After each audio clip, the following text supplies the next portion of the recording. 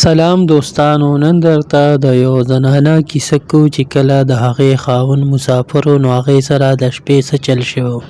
که تاسو معلوماتي ویډیو حاصلول غواړئ نو زموږ چینل سبسکرایب کړئ او د بیل آیکن هم دبوکئ.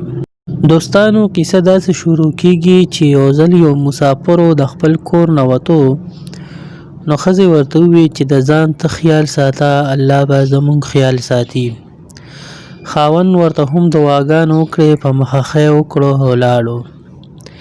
څه وخت پس خاوند بیا راغی کال دوه پس کور ته، چې د شپې ټول مېلمانه ویده شو او واړه هم ویده شو. نو خاوند ښځې ته وویل چې ښځې په دې کال دوه کې خو څه کیسه یا داسې څه واقعه راپېښه شوې نه ده.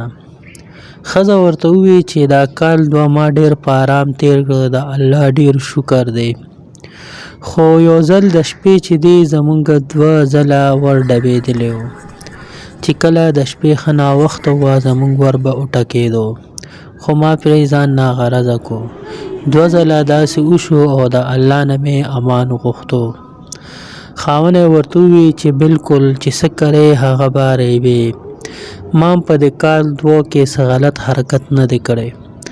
خو یو ځل راته پته ولګېده چې د پلانکي ځای کې یو زنانه ده، کور کې یوازې ده.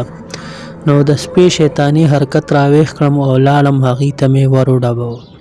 داسې یو څه وخت پس بیا لاړم او هغې ته مې ور وډباوه چې دا ښځه به که غلط حرکت تېړوي نو رابار به شي یا به ماته ور کولو کړي. خو الله ستا هم حیا وساتله او زما هم حیا وساتله.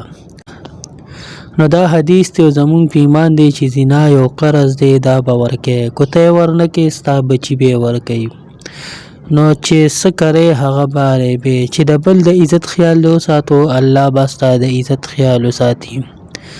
الله وایي چې ته په دنیا کې په انسان پردې واچوې، په آخرت کې به الله پتا پردې واچوي. بس مونږ ته اجازت راکړئ. که ویډیو مو خوښه شوي لایک کړئ، چینل سبسکرایب کړئ. د لوی الله په امان.